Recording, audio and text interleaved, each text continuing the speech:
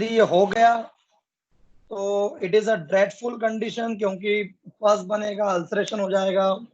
और इसका जो सबसे डेंजरस कॉम्प्लिकेशन है वो है सेप्टिसीमिया।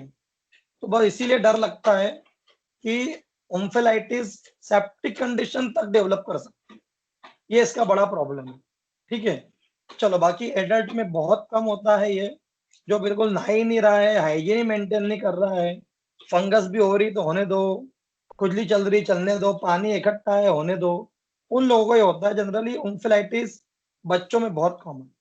ठीक है, चलिए एक होता है अम्बिलिकल फिस्चुला। मैं आपको थोड़ा सा बता देता हूँ।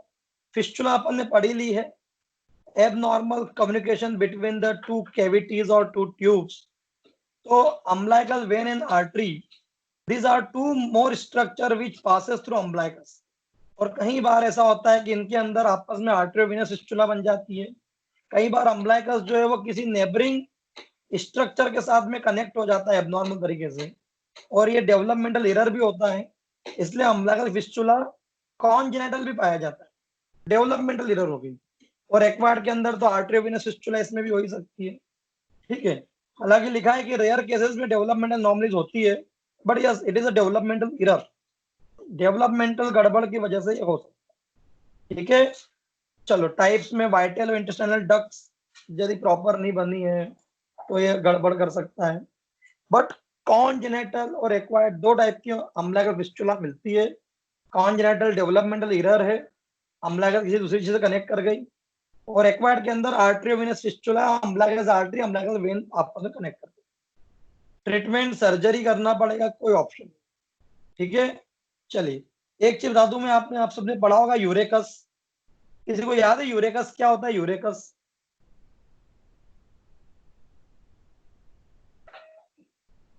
What is urachus?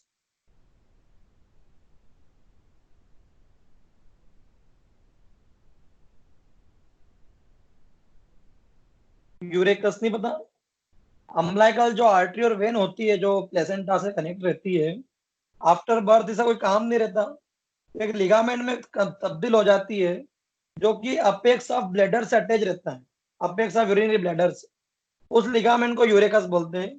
कई बार इसमें ही फिस्चुला बन जाती है, कनेक्ट हो जाता है, ब्लैडर से कनेक्ट हो जाएगा, दैट इज यूरेकस। तो ये पता होना चाहिए, ये अम्बिलिकल फिस्चुला है, और इसका ट्रीटमेंट भी सर्जरी ही है, और कोई ऑप्शन नहीं। ठीक है, चलो ठीक है, तो ज्यादा डीप में जाना नहीं है। एक शब्द और सुन लीजिए, desmoid tumour. Desmoid tumour, this is a benign fibrous tumour which arise in the musculo-aponeurotic abdominal wall, especially at the level of umbilicus। देखो मैं फिर बता रहा हूँ, सुनना ध्यान से। मस्क्यूलो एपोन्यूरोटिक, जो रेक्टस शीट होती है, जो एक्सटर्नल ऑब्लिक और इंटरनल ऑब्लिक मसल की जो एपोन्यूरोसिस है ना, डीप फेशिया मसल्स हैं, उनमें ये गठाने डेवलप होती है। ठीक है, इनको बोलते हैं डेस्मोइड ट्यूमर। डेस्मोइड ट्यूमर, ठीक है, ये जनरली बेनाइन होते हैं, बट इनके साथ प्रॉब्लम ये है, ये गठाने थोड़ी बड़ी होगी तो दर्द करेगी, सूजन करेगी, और जो कटवा होते हैं वापस आ जाती है। तो ये जो डेस्माइड ट्यूमर होते हैं ना, ये अपने रिकरेंस के लिए जाने जाते हैं, रिकरेंस के लिए, रिकरेंस, ये मेन बात।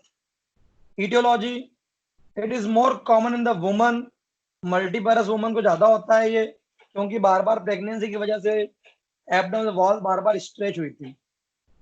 Trauma, stretching of the muscles fibre, haematoma, ये गड़बड़ है, ये बार बार होने से हो सकता है।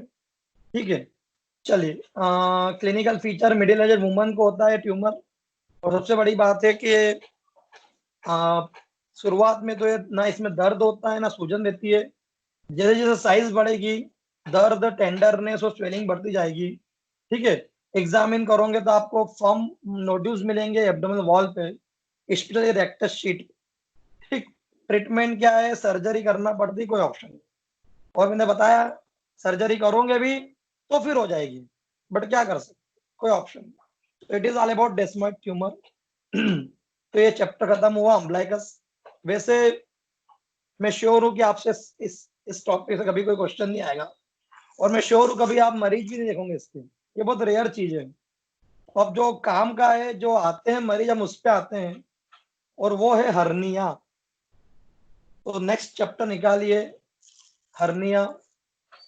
मुझे लगता है ये बहुत इंपॉर्टेंट टॉपिक है, और बहुत कॉमन लोगों को होता भी है ना। हर्निया के बहुत मरीज देख सकते हैं।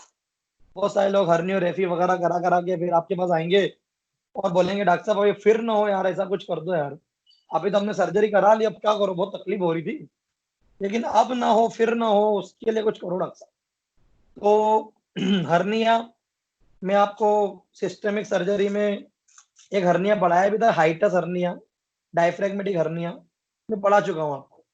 तो मैंने जो बताया था आपको, वो ये बताया था कि abnormal protrusion of any intestine or abdominal content or viscera through potential weak places in abdominal wall.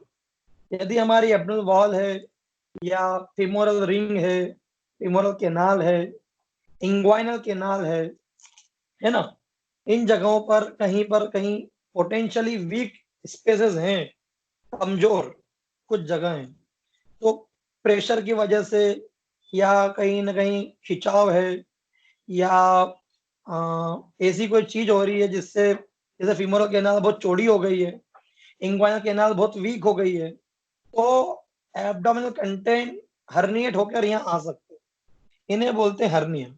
Abnormal displacement है बेसिकली। क्यों? क्योंकि जगह वहां पे उसकी है नहीं। अब इंग्वाइनल केनाल में क्या आते आना चाहिए? नहीं आना चाहिए। क्या फीमोरल केनाल, जो फीमोरल ट्रेंगल का हिस्सा है हमारी जांग, उसमें हमारी आते आना चाहिए? नहीं आना चाहिए। क्या थोरेक्स में स्टमक आना चाहिए? नहीं आना चाहिए। तो इसे हम बोलते हैं हर्निया। मैं थोड़ा सा लैंग्वेज पढ़ा रहा हूँ, फिर आगे बढ़ते हैं। Hernia is a abnormal protrusion of a part or whole viscera through abnormal opening in the wall of the cavity. तो कोई भी पोटेंशियल वीक जगह है, जैसे फिमोरल केनाल, इंग्वाइनल केनाल, है ना, अम्बलाइकस, ऑब्चुलेटर फोसा, उन जगहों पर यदि कोई असामान्य तरीके से वहां पर उसकी जगह नहीं हो और वो चीज वहां घुस जाए, इसे हम हर्निया बोलते हैं। ठीक है। अब हम बात करते हैं कॉमन हर्निया कौन से होते हैं, है ना। तो सबसे कॉमन, लगभग 75% यदि कोई हर्निया है, तो वो है इंग्वाइनल हर्निया। आप सबको इंग्वाइनल कैनाल पढ़ाई गई थी, है ना, मैं भी एटलस में दिखाऊंगा आपको। तो इंग्वाइनल कैनाल एक इंटरमस्कुलर स्पेस है। एक ये एक्सटर्नल ऑब्लिक मसल्स, ये ना, ये और कोई सी मसल्स, और एक तीसरी कोई और मसल इसमें जोड़ देंगे यदि, तो एक ट्रायंगुलर, एक खोखली जगह मिलेगी, जिसको हम इंग्वाइनल कैनाल बोलते हैं। और आप सोचेंगे सर ये भगवान ने खोखली जगह बनाई क्यों? क्योंकि इसमें से स्पर्मेटिक कॉर्ड वगैरह मेल में और फीमेल में राउंड लिगामेंट वगैरह गुजरते हैं, जेनेटल आर्टरीज गुजरती है, नर्व्स गुजरती है, लिम्फेटिक गुजरते हैं, वेन गुजरती है। तो इतनी सारी चीजें इंग्वाइनल कैनाल से गुजरती है। और एक ये इंटरमस्कुलर स्पेस, तो 100 में से 75 हर्निया, यानी हर 4 में से 3 हर्निया इंग्वाइनल हर्निया होते हैं। और पुरुषों के लिए थोड़ी सी टेंशन वाली बात है, इंग्वाइनल हर्निया 99% सिर्फ पुरुषों को होता है। गड़बड़ है, कोई बात नहीं। फिर 17% हर्निया है, वो है फीमोरल हर्निया, और ये प्योरली महिलाओं को होता है। तो यदि हर्निया पुरुष पुरुष कोई मरीज आया, तो आपके दिमाग में बत्ती जल जाना चाहिए कि इंग्वाइनल होगा। और यदि कोई महिला आई, तो आपके दिमाग में घंटी बज जाना चाहिए कि ये कोई महिला होगी, मतलब ये फीमोरल हर्निया वाला मरीज। तो पुरुष इंग्वाइनल हर्निया, महिला फीमोरल हर्निया। ठीक है। इसके अलावा 8-8.5% अम्बिलिकल हर्निया होता है, और कुछ कुछ इंसिजनल कट वट चीरे लग जाए उसके बाद चीज आ जाती है, इंसिजनल हर्निया होता है आधा 1%। बाकी कुछ रेयर हर्नियाज भी हैं। उसमें है एपिगेस्ट्रिक, लंबर, ऑब्चुरेटर एंड ग्लूटियल। ये सारे रीजन आप एनाटॉमी में पढ़ चुके हो। इन सब में भी हर्निया होता है, बट ये 1% है टोटल। मतलब 100 मरीज हर्निया के आए, उसमें से 75 मरीज किसके हैं? लगभग इंग्वाइनल। 17-18 किसके हैं? फीमोरल। 8-9% किसके हैं? अम्बलाइकल। बचे कुछ 1% जो है वो सब कौन है? Epigastric, lumbar, obturator, glute. अब हम बात करते हैं हर्निया होता कैसे। तो दो चीजें हो सकती है, या तो वो जगह ही कमजोर है ना, या फिर pressure, piston like pressure apply हो रहा है उसके ऊपर। जैसे इंग्वानल केनाल है, व्यवस्थित बनी हुई है, कोई कमजोरी नहीं, कोई बुढ़ापा नहीं, कुछ नहीं, लेकिन खांसी बहुत आ रही किसी व्यक्ति को, दे खांस के दे खांस के दे खांस के, तो आते वहां पे टकर आ रही टकर आ रही, जैसे आते टकर आ रही टकर आ रही टकर आ रही टकर आ रही, एक ऐसी स्थिति आएगी कि पेनिट्रेट कर जाएगी, है ना। तो chronic cough, chronic constipation, pregnancy, whooping cough, ये सभी एक ट्रिगर होते हैं हर्निया का। इसके अलावा कोई वीकनेस भी हो सकती है, डेवलपमेंटल वीकनेस हो सकती है बाय बर्थ, है ना। दूसरा, जैसे मैं बताऊंगा आपको, जो इंग्वाइनल हर्निया होता है ना, उसकी एक बहुत बड़ी वजह है persistent of remains of processes vaginalis. ये प्रोसेसस वेजाइनलिस स्पर्मेटिक कॉर्ड को नीचे खींचने का काम करता है पुरुषों में, नाम है प्रोसेसस वेजाइनलिस, और ये है किसका हिस्सा? पुरुष का। तो वो उसको स्पर्मेटिक कॉर्ड को खींचते खींचते नीचे लाता है, डिसेंट ऑफ टेस्टिस कराता है, और जैसे ही डिसेंट ऑफ टेस्टिस हो जाना चाहिए, ये प्रोसेस वेजाइनलिस को डिसॉल्व हो जाना चाहिए, क्योंकि खींचता है नीचे। कभी कभी किसी पुरुष में, किसी बच्चे में ये प्रोसेस वेजाइनलिस बना रह जाए, तो स्पर्मेटिक कॉर्ड खींचेंगे ही खींचेंगे ही खींचेंगे ही, तो वो तो आगे जितनी स्पर्मेटिक कॉर्ड आना थी, अब वो आंत वात भी आ जाएगी और हर्निया हो जाएगी। ऐसा ही फीमेल में भी इंगुइनल कैनाल होती है। तो फीमेल में कैनाल ऑफ नक, कैनाल ऑफ नक, ये एक अगेन एक राउंड लिगामेंट से, ये भी मतलब एक हिस्सा है जो ग्रेविटी की वजह से नीचे की तरफ खींचता है। इट इज एनालॉगस या होमोलॉगस ऑफ प्रोसेस वेजाइनलिस। जैसे पुरुषों में होता है, ऐसा इसमें कैनाल ऑफ नक हो। तो किसी का कैनाल ऑफ नक यदि नहीं हो, मतलब बना रह जाए, तो उस महिलाओं में इंगुइनल हर्निया हो जाए, ये आप ध्यान रखना। इसके अलावा बहुत सारी वीकनेस हो सकती है। अब एक्वायर्ड वीकनेस में क्या, जैसे बुढ़ापा आ गया, तो 70 साल का व्यक्ति हो गया, वो भी खांसी वासी के साथ में, माल न्यूट्रिशन है, प्रोटीन की कमी है, तो ऐसे व्यक्तियों में क्या होगा कि बोलना चाहिए कि धीरे धीरे धीरे जो मसल्स हैं वो ढीली हो जाएगी, कमजोर हो जाएगी, और फिर हल्की सी भी खांसी वासी आई तो धड़ाम से वो इंगुइनल कैनाल को ब्रेक करके इंटेस्टिनल कंटेंट इंगुइनल कैनाल में आ जाएंगे। तो वीकनेस भी इसका एक बहुत बड़ा कॉज। तो बढ़ते हैं causes. Mainly two factor playing a causing hernia. पहला, वीकनेस ऑफ एब्डोमिनल मसल्स, भैया मसल्स ही कमजोर है ना, या फिर इंक्रीज एब्डोमिनल प्रेशर, या फिर पिस्टन जैसा प्रेशर अप्लाई हो रहा है उसके ऊपर, दोनों चीज हो सकती।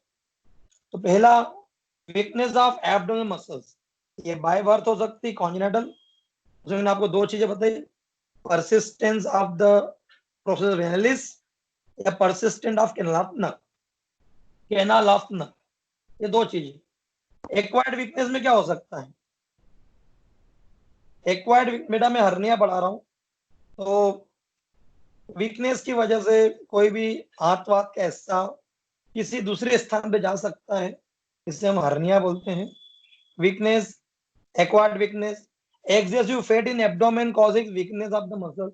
देखो जैसे ये चारों मसल फाइबर है, बिल्कुल आपस में चिपके हुए हैं, तो बहुत मजबूत है। अब इनके बीच में फैट टिश्यूज आ रहे हैं, क्या आ रहे हैं? तो फैट टिश्यू आने से क्या हो जाएंगे, ये मसल्स के फाइबर्स जो हैं, सपोर्ट जो है वो ढीले हो जाएंगे।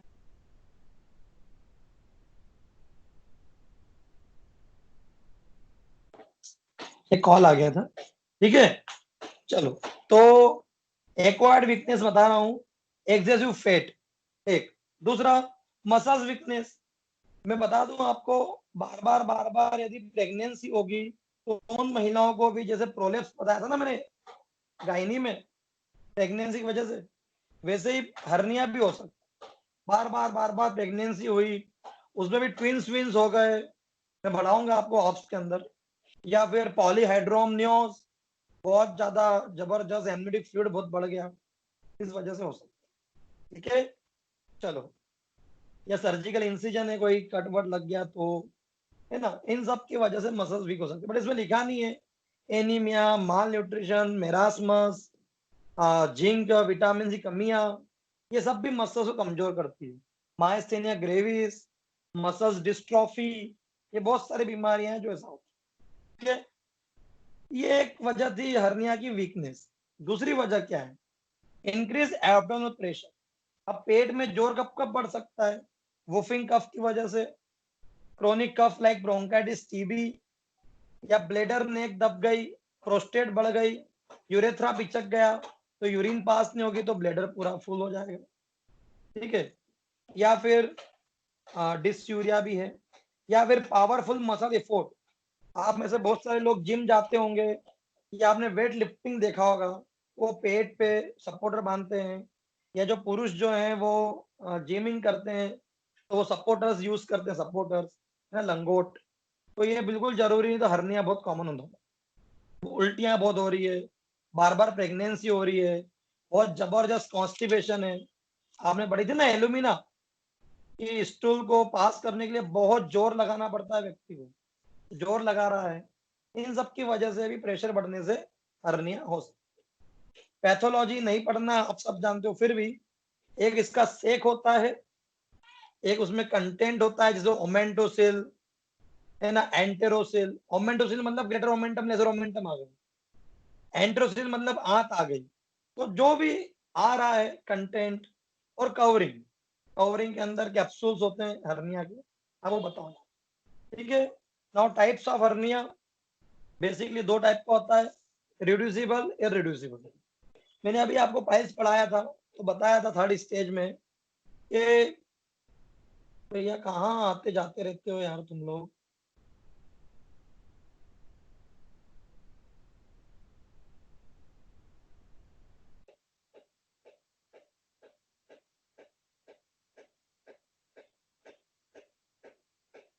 मैंने बताया था कि जैसी लेटरिंग हो रही थी, पाइल्स बाहर आ गए थे, वापस भी जा सकते थे। जो वापस चले जाए वो रिड्यूसिबल, और जो वापस ना जाए अपनी जगह बने रह जाए वो इरिड्यूसिबल। तो हर्निया भी होता है, तो ऑटोमेटिक चले जाए वो रिड्यूसिबल, मैन्युअली भी चले जाए वो रिड्यूसिबल, बट जोर बहुत लगाना पड़ रहा है या जा ही नहीं रहा है, इरिड्यूसिबल। ठीक है। तो ये दो टाइप का हर्निया होता है।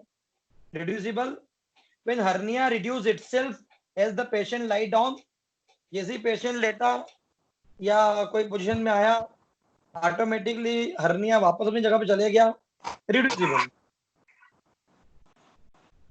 और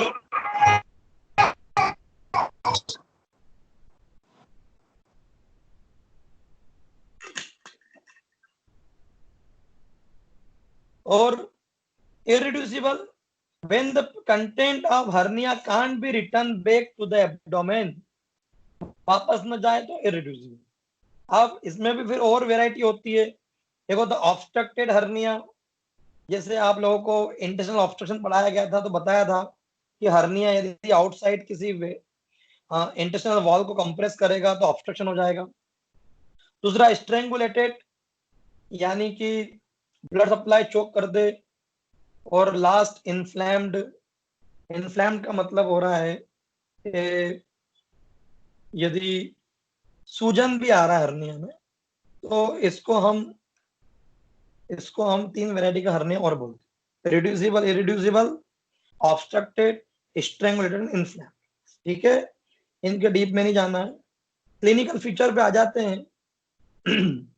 वैसे सभी हर्निया का दो तीन सिम्टम कॉमन है, बाकी मैं आपको इंगुइनल हर्निया पढ़ाऊंगा वो सिलेबस में, तो मैं आपको उसमें डिटेल में बताऊंगा।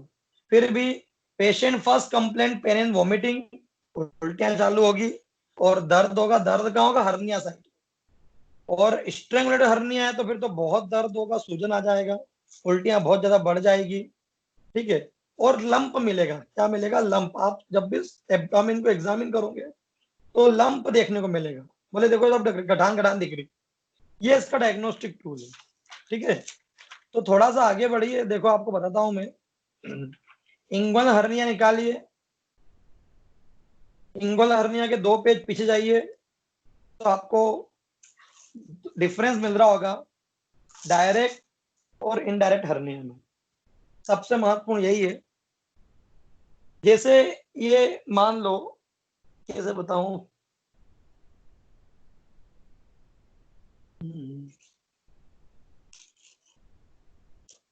चलिए,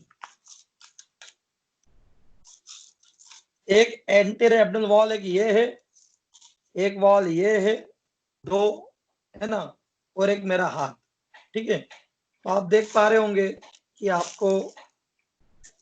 देख पा रहे होंगे कि एक इंटरमस्कुलर स्पेस आपको दिख रहा है, ये देखिए ये वाला, ठीक है। अब ये है तो एक मसल ये, एक मसल ये, एक मसल ये, और ये कोई आपस में चिपक तो गई नहीं, टाके तो लगे हुए हैं नहीं, ये तीनों आपस में अलग अलग, ये ऐसी ऑब्लिक मसल्स होती है। देखिए मैं आपको एटलस में दिखाता हूँ, है ना, एक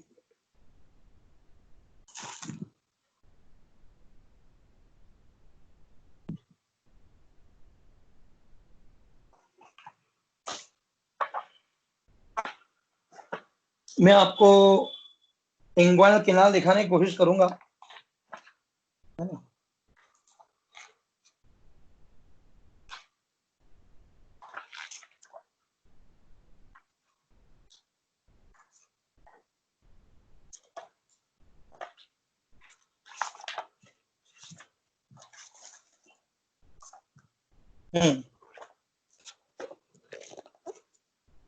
ये आप देख पा रहे हो, ये जो केविटी ये दिख रही है, ये यहाँ से देखो, ये स्पर्मेटिक कॉर्ड भी निकली है, तो ये जो है ये इंग्वाइनल कैनाल है, लगभग 4 इंच लंबी, ये एक ऑब्लिक पैसेज होता है, ठीक है। और इसके अंदर से आप इसमें भी देख सकते हो, ये ओपनिंग्स भी दिखती है, ये देखो, ठीक है। तो बता देता हूँ, इसकी 2 रिंग होती है, एक बाहर की तरफ होती है सुपरफिशियल रिंग, और एक अंदर की तरफ होती है डीप रिंग, ठीक है। तो एक रास्ता है ऑब्लिकली, लेकिन ये इंटरमस्कुलर है, यानी कि 3 मसल आपस में इस तरह अरेंज हुई कि एक बीच में गैप आ गई। अब क्या होता है कि मान लो कोई व्यक्ति 50-60 साल का हो गया, बूढ़ा हो गया, और मसल्स वीकनेस भी बहुत है, तो उसका जो बिल्कुल एक टाइट इंटरलॉक था ना जो मसल्स का, वो थोड़ा ढीला,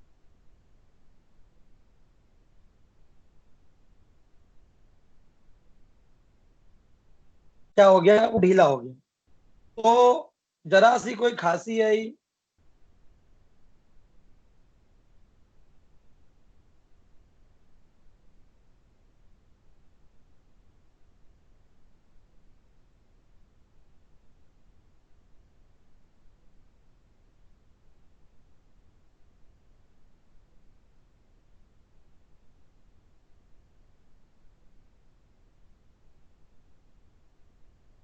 और ये बार बार कॉल आ रहा था, तो मैं बता रहा था कि ये इंटरलॉक यदि टूट जाएगा, ये जो मसल्स है वो कमजोर हो जाएगी, जरा सी भी खांसी वासी आई तो फटाक से आते जो है वो कहाँ घुस जाएगी, ये ये जो दिख रही है 2 मसल्स की जो दीवार, वो तोड़ के ये आते इधर घुस जाएगी। इसको बोलते हैं डायरेक्ट हर्निया। क्या बोलते हैं? डायरेक्ट। डायरेक्ट का मतलब कि डायरेक्ट दीवार तोड़ के, जो दया करता है ना, दया दरवाजा कैसे खोलता है? दया दया दरवाजा तोड़ के खोल देता है तो यहाँ पर भी ये वेसल्स वॉल थी, ये टूटी, और डायरेक्टली जो है वो क्या हो गया है, आंत अंदर घुस गई है, बिल्कुल डायरेक्ट फॉरवर्ड बल्ज की तरह इंटेस्टाइन इंग्वाइनल रीजन में घुस जाता डायरेक्ट। ये डायरेक्ट हर्नी है। और इनडायरेक्ट मतलब वही कि जो ऑब्लिक पैसेज है, सुपरफिशियल रिंग से घुसा और अंदर डीप रिंग में जा रही है, ठीक है, तो वो इनडायरेक्ट है, मतलब प्रॉपर रास्ता बना के जा रहा है, ये इनडायरेक्ट हर्नी। तो आपको समझना पड़ेगा, तभी से सिम्टम समझ में आएंगे। डायरेक्ट मतलब कि मसल्स वीकनेस थी, डायरेक्टली उस 2 मसल्स के बीच में गैप आई और जोर लगा, और इंटेस्टिनल कंटेंट फॉरवर्ड आगे बढ़ गया डायरेक्टली, और दीवार तोड़ के घुस गया। और एक जो होता है उसमें इनडायरेक्ट में क्या होता है कि बकायदा वो सुपरफिशियल रिंग डीप रिंग में घुसता है व्यवस्थित, और बकायदा जो है वो एक मीडियल एक रास्ते की तरह से घुसता है। तो अब मैं आपको इसके लक्षणों में अंतर बता रहा हूं, आप सुनना ध्यान से। इनडायरेक्ट हर्निया पहले पढ़ रहे हैं। इनडायरेक्ट मतलब प्रॉपर रास्ता फॉलो कर रहा है, सुपरफिशियल रिंग से घुसा और डीप रिंग में जा रहा है। और डायरेक्ट मतलब दीवार तोड़ के, indirect hernia. It can occur at any age, but more common in children and young adult. क्योंकि मैं बता दूं आपको, ये जो इनडायरेक्ट हर्निया होता है, इसकी मुख्य वजह है रिमेनिंग ऑफ प्रोसेसस वेजाइनलिस या रिमेनिंग ऑफ कैनाल ऑफ नक। मैं फिर बता रहा हूं, यदि किसी व्यक्ति के पास कैनाल ऑफ नक या प्रोसेस वेजाइनलिस बनी रह गई, तो वो स्पर्मेटिक कॉर्ड को नीचे खींचेंगे और उस वजह से, प्रेशर की वजह से आंत वात भी नीचे खींची जाएगी और इंग्वानल कैनाल की सुपरफिशियल रिंग से घुसते हुए वो पूरी नीचे डीप रिंग में आ जाएगी 4 इंच। तो इसके अंदर डाउनवर्ड मीडियली डिस्प्लेसमेंट मिल रहा है, ये इनडायरेक्ट हर्निया है।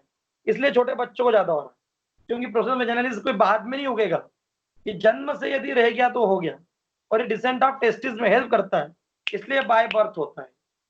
डायरेक्ट किनको होगा? बूढ़ों को। क्यों? दीवारें खंडर बन गई, अब कमजोर हो गई, इतनी कमजोर, खास खास के मेरास्मस क्वाशरकर हो के, मल्टीविटामिन की कमी कर करके मांसपेशियों में अब जान ही नहीं बची। तो इनडायरेक्ट हर्निया छोटे बच्चों को होता है, डायरेक्ट हर्निया बूढ़ों को होता है। दोनों में मेल ज्यादा अफेक्ट होते हैं। Indirect hernia male are affected 20 times more common than female, 20 गुना। यदि 20-21 मरीज आए आपके पास, 21 मरीज आए, तो 20 पुरुष होंगे और 1 महिला होगी। और डायरेक्ट हर्निया फीमेल और नॉट अफेक्टेड, डायरेक्ट हर्निया तो महिलाओं को होता ही नहीं। अच्छी बात। Now in 2/3 cases of the indirect hernia it is unilateral.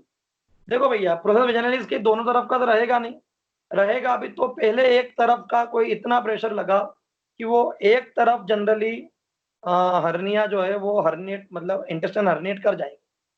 Generally indirect hernia 100 में से 70 मरीजों में इनडायरेक्ट हर्निया एक तरफ ही होता है, क्योंकि हो सकता है कि एक ही तरफ का प्रोसेस वेजाइनलिस रिमेन रहे, ऐसा नहीं है, कई बार दोनों तरफ का भी रह सकता है, तो उसको बायलेटरल होगा।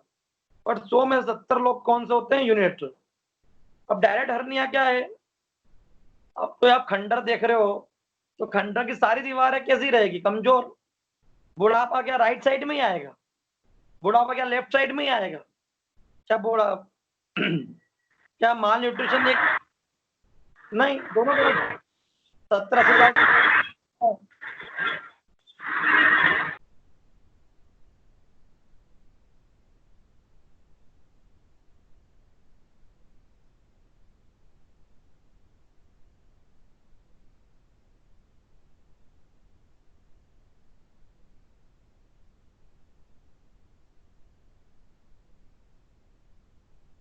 आवाज आ रही है? आवाज आ रही है? Yes sir. ठीक है, हाँ सर, आ रही आ रही। ठीक है। तो बुढ़ापा दोनों तरफ होगा बेटा, राइट में भी लेफ्ट में भी।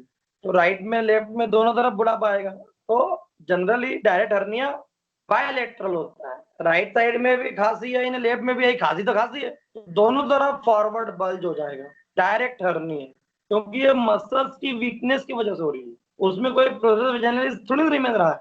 तो इसलिए ध्यान रखना, डायरेक्ट हर्निया अधिकतर बायलेटरल होते हैं, इनडायरेक्ट हर्निया अधिकतर यूनिलेटरल होते हैं। इनडायरेक्ट हर्निया छोटे बच्चों को होते हैं, डायरेक्ट हर्निया बड़ों को होते हैं। दोनों में पुरुष ज्यादा इन्वॉल्व होते हैं, डायरेक्ट हर्निया तो पुरुष महिलाओं को होता भी नहीं, और वजह अलग अलग है। इनडायरेक्ट हर्निया में प्रोसेस वेजाइनलिस की वजह से हो रहा है, और डायरेक्ट में मसल्स की कमजोरी की वजह से हो रहा है। नेक्स्ट, फ्रीक्वेंटली इनडायरेक्ट हर्निया पढ़ा रहा हूँ। Frequently the hernia is complete in the case of pyriform. Indirect hernia complete होता है। क्यों कंप्लीट होगा बेटा? क्योंकि यहाँ से निकला और पूरा इधर घुस जाएगा। अब डायरेक्ट हर्निया में क्या हुआ? ये दीवार टूटी, तो देखो इतना इतना हिस्सा हाथों का आगे आगे, क्योंकि दीवार टूटी है तो क्या पूरी की पूरी दीवार तो तोड़ेंगे नहीं, जरा टूटी और ये हिस्सा फॉरवर्ड बल्ज हो गया। तो हमें ध्यान रखना, डायरेक्ट हर्निया हमेशा इनकम्प्लीट होता है, जबकि इनडायरेक्ट क्या होता है? हमेशा कंप्लीट, क्योंकि ये रास्ता तय कर रहा है, ये रास्ता से घुस के आ रहा है, और ये तो जस्ट फॉरवर्ड बल्ज है डायरेक्ट वाला, तो इसलिए वो हमेशा इनकम्प्लीट होता है। ठीक है। इनडायरेक्ट हर्निया जो होता है ना, वो पायरिफॉर्म शेप्ड होता है, जबकि डायरेक्ट जो है वो फॉरवर्ड बल्ज होता है, नथिंग है, स्फेरिकल हो सकता है। ठीक है। अब 5वां पॉइंट पढ़ो, आपको मजा आएगा।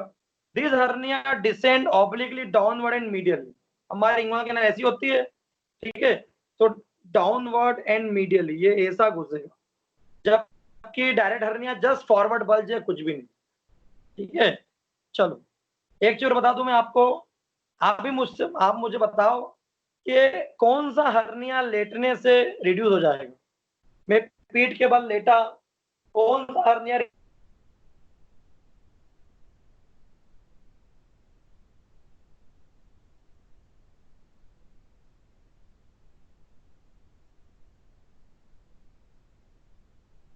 Direct direct hernia just forward bulge किया, दीवार तोड़ के।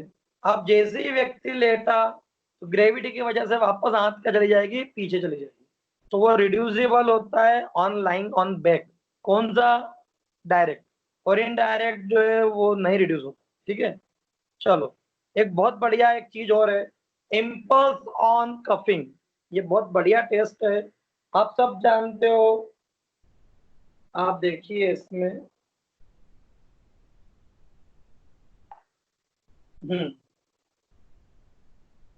इसकी बात चल रही है, ये इंग्वाइनल कैनाल है, ये इसका मिड इंग्वाइनल पॉइंट है।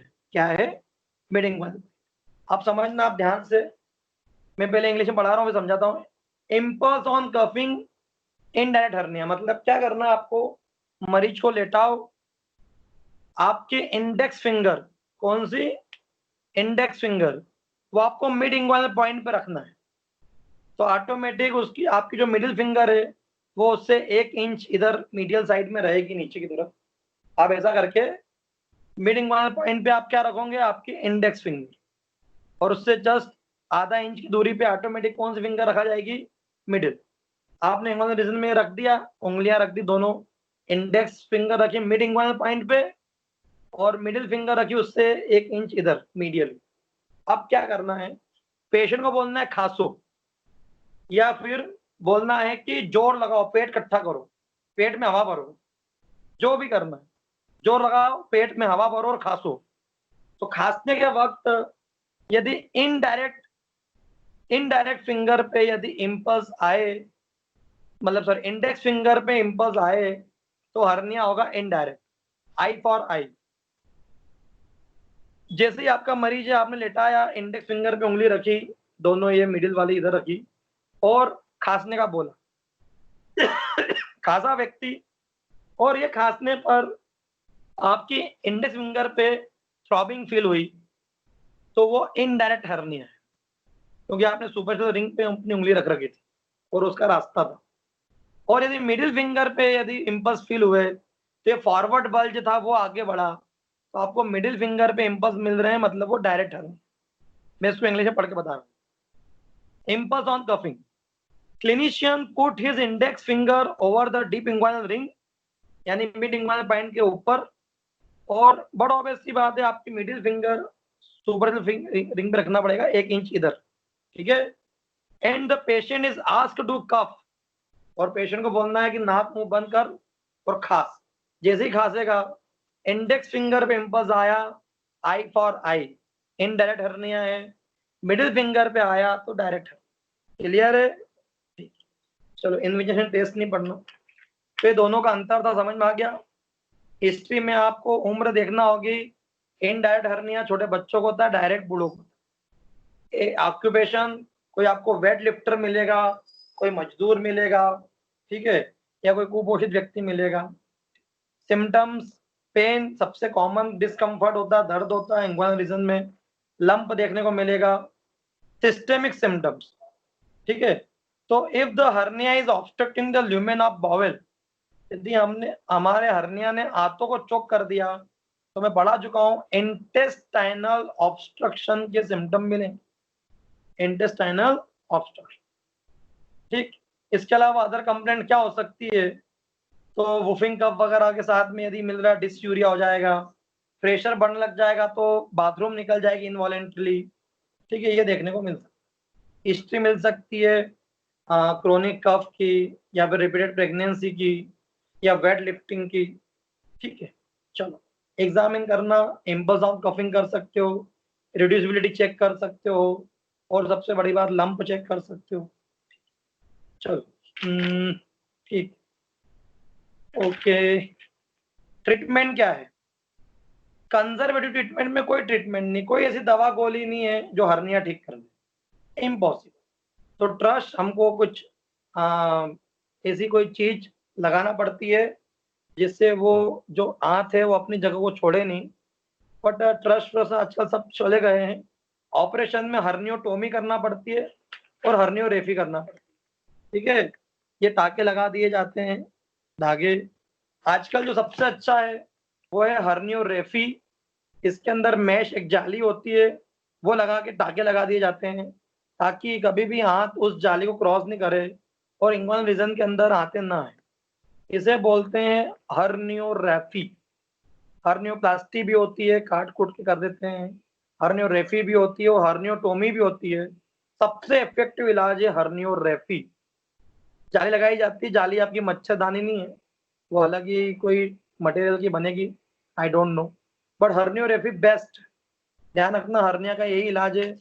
हर्निया का किसी प्रकार का कोई एलोपैथिक इलाज नहीं है। आपको एक फोटो दिखा रहा हूं मैं, ठीक है। ये सारे फोटो में आप देखो, ये धागे बांध के इस तरह से लगा दिया जाता है। ये भी कर सकते, ठीक है, जिससे हाथ अपनी जगह ना छोड़े, ठीक। तो आज के लिए इतना ही। ये हर्निया खत्म हुआ। हमारे सिलेबस में इंग्लिश हर्निया ही है, ठीक है।